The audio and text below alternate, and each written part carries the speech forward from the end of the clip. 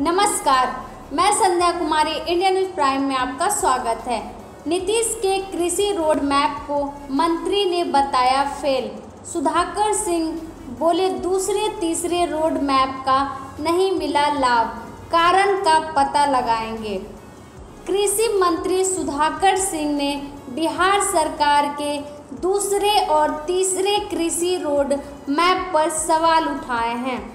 दोनों कृषि road map Nitish Kumar की महत्वाकांक्षा योजनाओं का हिस्सा रहे हैं।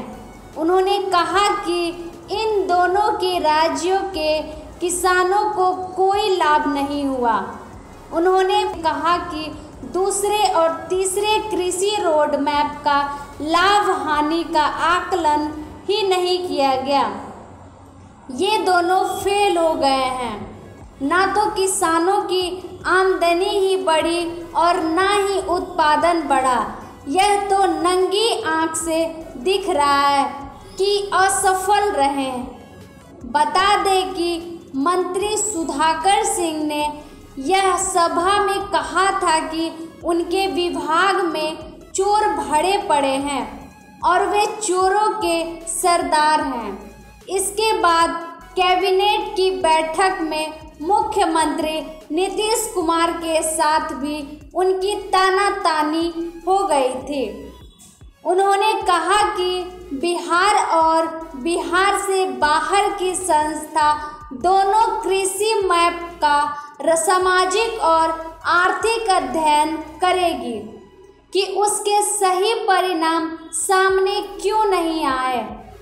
पहला, कृषि रोड मैप महज 6,000 करोड़ रुपये का था, जबकि दूसरा 1.5 लाख करोड़ रुपये और तीसरा 1 लाख करोड़ रुपये का था। इतने खर्च के बावजूद उत्पादन नहीं बढ़ा और जनसंख्या बढ़ती गई, तो हमने क्या व्यवस्था की? प्रति व्यक्ति को जो न्यूट्रिशन मिलना चाहिए वह नहीं मिल रहा होगा। नतीजा है कि राज्य के लोगों की एवरेज हाइट और अन्य राज्य के मुकाबले नहीं बढ़ रही।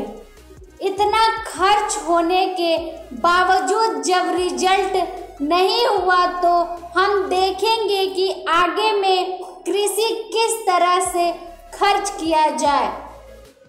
सुधाकर कहते हैं कि किसानों की न्यूनतम आय सुनिश्चित की जाए। उसके लिए पूरे मार्केटिंग के तंत्र को बदला जाए।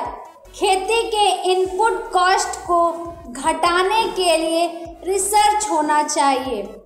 किसानों ने पर्यावरण की रक्षा की है, इसलिए नए कृषि रोड मैप में एग्रो फॉरेस्ट्री मजबूती से रहेगा।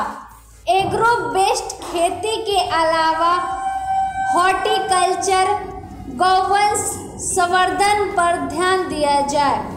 जो हम उत्पादन करेंगे उसका न्यूट्रिशन वैल्यू बेहतर बनाने के लिए लंबा काम किया जाएगा, ताकि राज्य के लोगों को गुणवत्तापूर्ण भोजन मिल सके।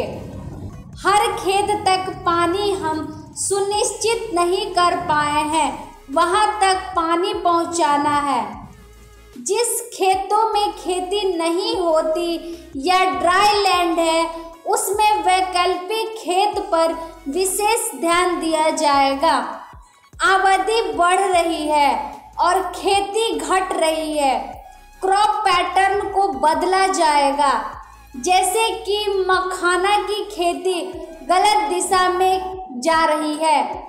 जिस जमीन पर मल्टी क्रॉप हो सकता है उसमें भी मखाना उपजाया जा रहा है। चौर के इलाके में जहां कुछ और नहीं होता वहां मखाना की खेती करनी चाहिए।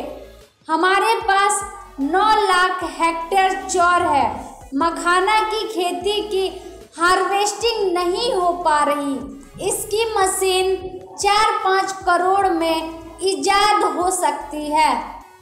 सुधाकर सिंह ने कहा कि जरूरी नहीं कि चौथे कृषि रोड मैप की राशि बहुत ज़्यादा हो। हम किसानों को टेक्निकल सपोर्ट देना चाहते हैं, हम किसानों को बाजार देना चाहते हैं, डोमेस्टिक और इंटरनेशनल मार्केट तक उसके लिए ढांचा खड़ा करना चाहते हैं। किसान अभी भी खेती पर 97 रुपये खुद का खर्च कर रहे हैं। सरकार मुश्किल से 3 रुपये की मदद कर रही है। सरकार का रोल सिर्फ सब्सिडी देना नहीं है, हमारा रोल रिसर्च के जरिए गुणवत्तापूर्ण बीज देने, हम फर्टिलाइजर टेक्नोलॉजी के जरिए खेती के उपाय बताने का भी है। बड़ी बात यह है कि किसान उत्पादन तो कर ले रहा है, पर बहुराष्ट्रीय कंपनियों के आगे किसान हार जा रहे हैं।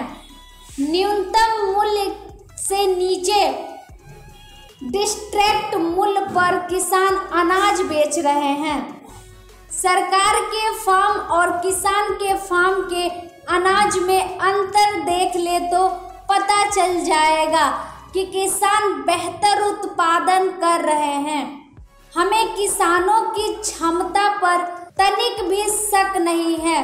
किसान और बेहतर कर सकते हैं, उन्हें बस यह आशा होनी चाहिए कि उनकी उपज का सही मूल्य बाजार में मिल जाएगा। उन्होंने कहा कि फरवरी से पहले चौथा कृषि रोड मैप नहीं आ पाएगा।